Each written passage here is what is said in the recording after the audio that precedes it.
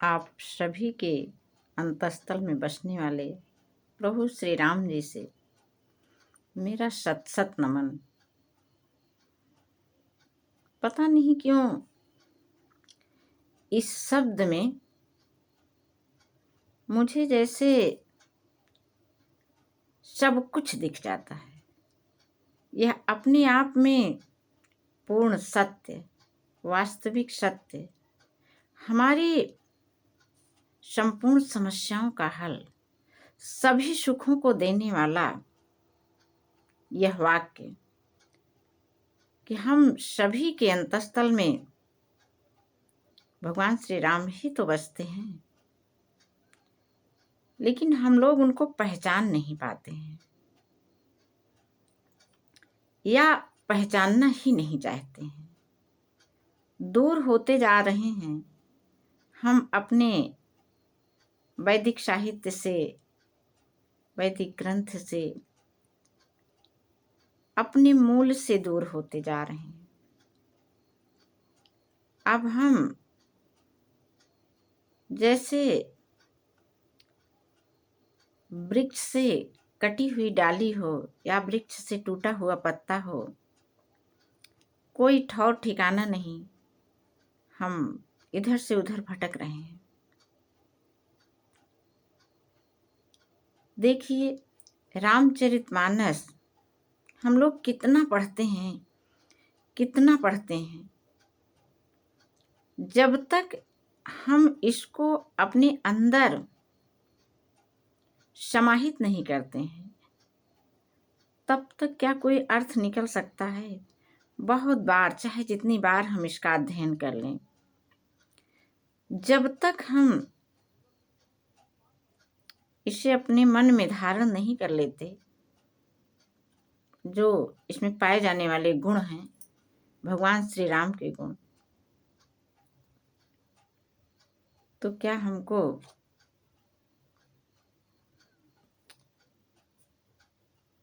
कोई सुख मिल सकता है?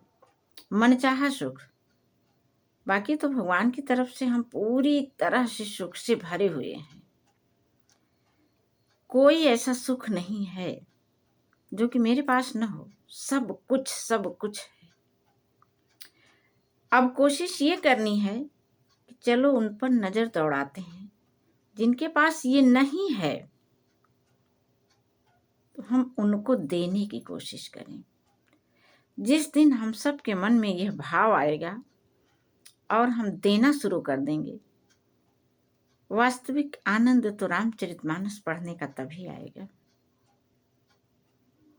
आइए देखिए, अभी इसके पहले संत की महिमा का वर्णन किया गया रामचरितमानस में। संतों को चलता फिरता तीर्थराज प्रयाग बताया गया। और अब आगे देखिए कि संत की संगत में आने पर कैसा प्रभाव होता है। इसका बड़ा ही सुंदर, हृदय में उतरने वाला वर्णन किया गया है। आइए हम लोग सुनते हैं और बिल्कुल वैसे बनने की कोशिश करते हैं। जी हाँ, यह पूरी तरह से संभव है। हम बन सकते हैं जब हम कोशिश करेंगे, तो चाहेंगे कि हम संत स्वयं बन जाएं और हम दूसरों को सुख पहुंचाने वाले बन जाएं। बिल्कुल, जब ये भावना मेरे मन में आ गई तो हमें उसी समय बिल्कुल शांत, संतुष्ट, स्थिर हो जाना है कि अब बीज पड़ गया और यह बढ़ेगा। बस उसी के हिसाब से हमें अपनी तैयारी करनी है, अपनी दिनचर्या में परिवर्तन कर लेना है, संतुलित, श्रुति सधी नियमानुसार चलना है। हमारे कुछ नियम होने चाहिए, तौर तरीके होने चाहिए। आइए देखिए क्या कहा जा रहा है सत्संगत की महिमा के बारे में।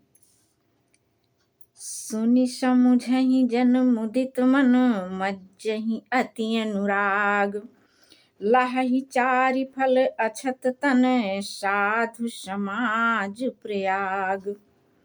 जो मनुष्य प्रसन्नता पूर्वक इसको सुनते हैं प्रेम से भर करके, उनको क्या होता है, वे इस शरीर के रहते ही चारों प्रकार के फल प्राप्त कर लेते हैं। धर्म, अर्थ, काम, मोक्ष सब कुछ उनको यही मिल जाता है। कहीं भटकने की जरूरत नहीं है। कब मिल जाता है? जब हमारे अंदर संतों जैसे गुण आ जाते हैं, जब हम औरों को देने वाले बन जाते हैं, पाने वाली लाइन से हट करके देने वाली लाइन में लग जाते हैं। बस यही परिवर्तन, बाकी तो काम सब हो रहा है, होता ही रहेगा। जब हम लेने वाली लाइन में थे तब भी हो रहा था, और जब हम देने वाली लाइन में जाएंगे तब भी होगा ही होगा। मज्जन फल पेखिय तत्काला, काक होहि पिक बकऊ मराला। सुनि आचरज करई जन कोई, सतसंगत महिमा नहीं गोई। इस तीर्थ राज प्रयाग में स्नान करने का फल जो है वो तुरंत देखने में आता है, और उससे क्या होता है, कौवे कोयल बन जाते हैं, बगुले हंस बन जाते हैं। एकदम रूपांतरण, आपका मनचाहा रूपांतरण, जो चाहिए सब कुछ प्राप्त कर लीजिए सत्संगत में रह करके। सत्संगत में हम कहाँ ढूंढने जाएंगे? अपने हृदय में सत्संगत को धारण करें। हम बने औरों के लिए सत्संगी, तो और सब तो हमारे लिए सत्संगी बन ही जाएंगे। तो देखिए, यह सुनकर के कोई आश्चर्य न करे, क्योंकि सत्संगत की महिमा किसी से छिपी नहीं हुई है। वाल्मीकि नारद खट जोनी, निज निज मुखन कही निज होनी। जल चर थल चर नभ चर नाना, जे जड़ चेतन जीव जहाना। वाल्मीकि जी, नारद जी, अगस्त्य जी अपने अपने मुखों से अपनी वृतांत को कहा है, अपनी कहानी बताया है कि किस प्रकार उनका जीवन रूपांतरित हुआ है सत्संगत पा करके। ये क्या से क्या बन गए।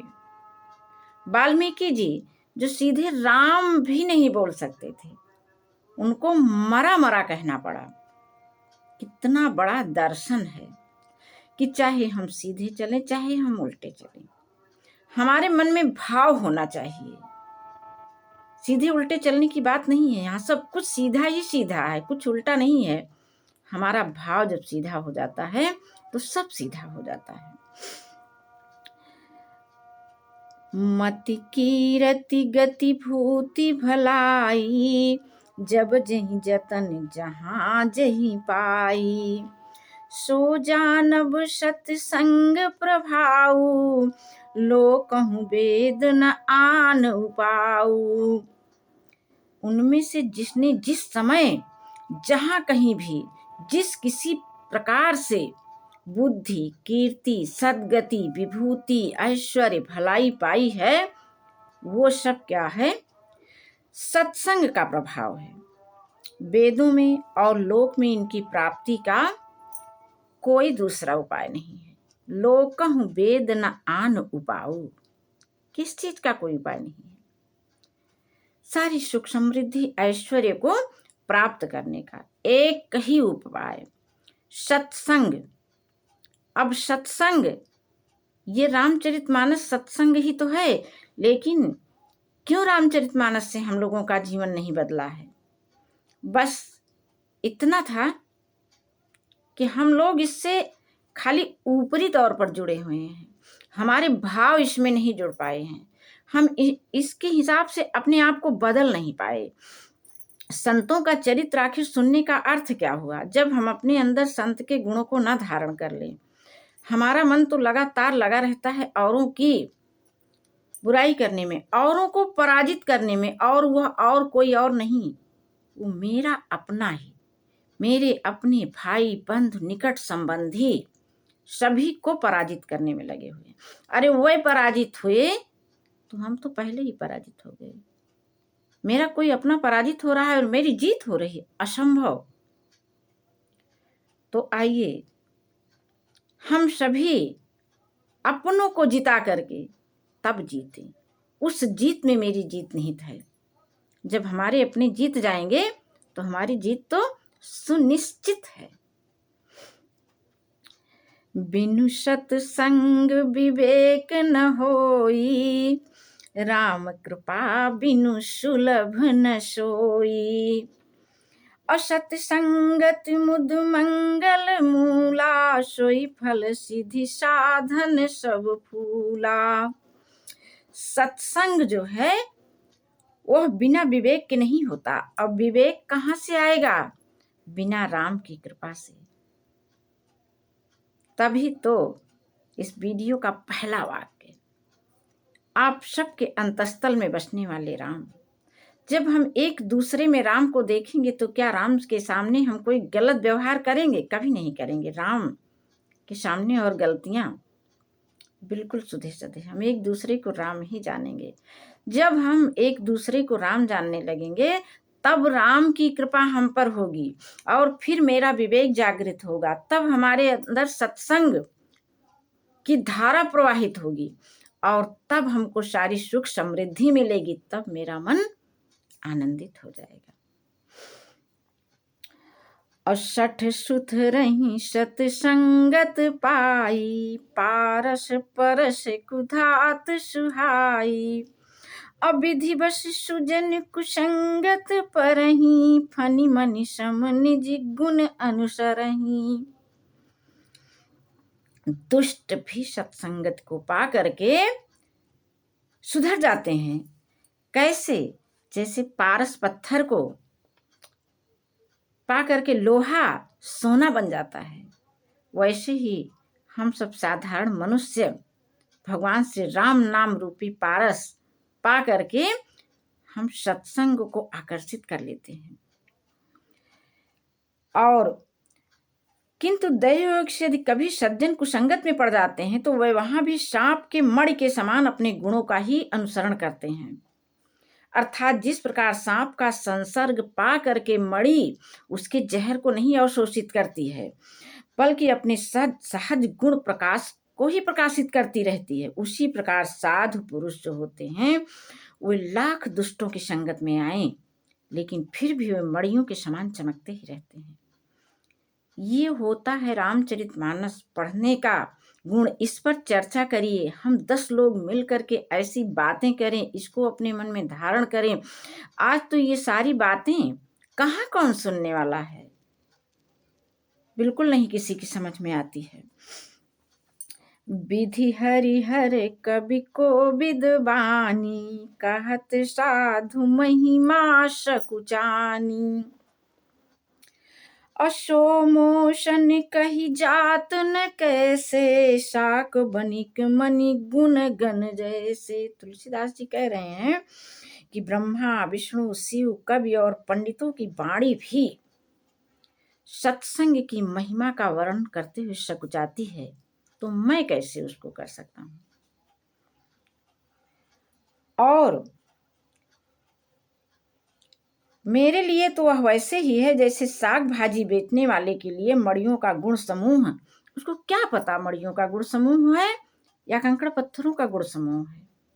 कुछ भी नहीं। उसे तो वो तो मड़ियों के समूह की पहचान तो जौहरी को ही होगी ना। बंदौ संत समान चित, हित अनहित नहीं को। अंजलिगत शुभ सुमन, जिमि सम सुगंध करी दो। मैं संतों को प्रथम प्रणाम करता हूँ, जिनके चित्त में समता है, जिनका न कोई मित्र है न शत्रु। जैसे अंजलि में रखे हुए सुंदर फूल, वो चाहे जिस हाथ में, स्त्री पुरुष वृद्ध जवान कोई भी हो, जात किसी भी जाति का हो, वह पुष्प सबकी अंजलि को सुगंधित ही कर देता है। ऐसा हम संतों का गुण होना चाहिए। सबके लिए प्रेम भावना होनी चाहिए हमारे मन में, तब सारी सुख समृद्धियां स्वतः मेरे पास आती हैं। जय श्री राम जी की।